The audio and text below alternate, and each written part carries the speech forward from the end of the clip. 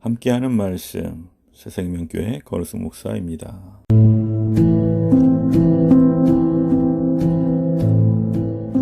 그 해가 돌아와 왕들이 출전할 때가 되매 다윗이 요압과 그에게 있는 그의 부하들과 온 이스라엘 군대를 보내니 그들이 암몬 자손을 멸하고 랍바를 에워쌌고 다윗은 예루살렘에 그대로 있더라.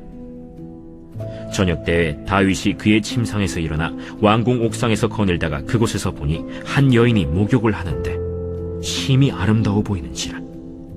다윗이 사람을 보내 그 여인을 알아보게 하였더니 그가 아뢰되 그는 엘리암의 딸이요 햇사람 우리아의 아내 바세바가 아니니까. 다윗이 전령을 보내어 그 여자를 자기에게로 데려오게 하고 그 여자가 그 부정함을 깨끗하게 하였으므로 더불어 동침하매 그 여자가 자기 집으로 돌아가니라. 그 여인이 임신하매 사람을 보내 다윗에게 말하여 이르되 내가 임신하였나이다. 다윗이 요압에게 기별하여 햇사람 우리아를 내게 보내라. 요압이 우리아를 다윗에게로 보내니 우리아가 다윗에게 이르매 다윗이 요압의 안부와 군사의 안부와 싸움이 어떠했는지를 묻고 그가 또 우리아에게 이르되 내 집으로 내려가서 발을 씻으라. 우리아가 왕궁에서 나가매 왕의 음식물이 뒤따라가니라. 그러나 우리아는 집으로 내려가지 아니하고 왕궁 문에서 그의 주의 모든 부하들과 더불어 잔지라. 어떤 사람이 다윗에게 아뢰되 우리아가 그의 집으로 내려가지 아니하였나이다. 다윗이 우리아에게 이르되 내가 길 갔다가 돌아온 것이 아니냐? 어찌하여 내 집으로 내려가지 아니하였느냐? 언약궤와 이스라엘과 유다가 야영 중에 있고 내 주 요압과 내 왕의 부하들이 바깥들에 진치고 있거늘 내가 어찌 내 집으로 가서 먹고 마시고 내 처와 같이 자리이까? 내가 이 일을 행하지 아니하기로 왕의 살아계심과 왕의 혼의 살아계심을 두고 맹세하나이다. 오늘도 여기 있으라. 내일은 내가 너를 보내리라. 우리아가 그날에 예루살렘에 머무니라. 이튿날 다윗이 그를 불러서 그로 그 앞에서 먹고 마시고 취하게 하니 저녁 때에 그가 나가서 그의 주의 부하들과 더불어 침상에 눕고 그의 집으로 내려가지 아니하니라. 경건이 마치 자신의 능력인 것처럼 착각하고 교만한 마음을 품은 것은 극히 위험한 일입니다. 다윗과 같은 신앙인도 극악한 범죄에 빠진 이를 교훈 삼아 죄를 철저히 경계하고 경건을 지키는 성도가 되기를 바랍니다.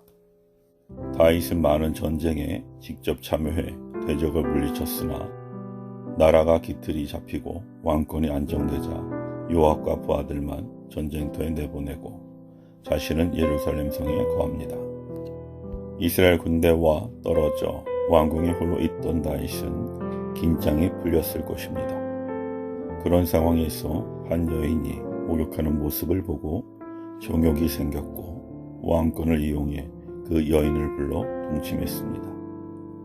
바세바 입장에서는 왕의 명령을 거부하기가 쉽지 않았을 것이라는 점을 생각하면 다윗은 자신의 권력을 이용해 강압적으로 바세바를 취했다고 볼 수 있습니다. 다윗과 같이 경건하고 하나님을 사랑한 사람이 그와 같은 죄를 범했다는 사실이 놀라우면서도 사람이 정욕의 유혹 앞에 얼마나 연약한 존재인가를 깨닫게 됩니다. 그 순간 다윗의 마음에 하나님의 존재가 잠시 사라지고 마귀의 달콤한 욕망이 가득했던 것입니다. 이는 마치 에덴 동산에서 사탄이 아담과 하와를 유혹해 하나님의 법을 어기게 만든 상황과 같습니다. 성도는 다윗의 모습을 보면서 인간의 연약함을 인식하고 죄의 유혹에 대한 경계를 늦추지 말아야 합니다. 죄를 저지르면 누구나 본능적으로 그 사실을 숨기고 싶어 합니다. 아무도 모르게 숨길 수 있다면 정죄를 받지 않아도 되기 때문입니다. 그러나 하나님 앞에서는 그 어떤 것도 결코 숨길 수 없습니다. 다윗의 경우에는 공교롭게도 바세바가 임신해서 그의 범죄가 만천하에 드러날 위기에 처했습니다.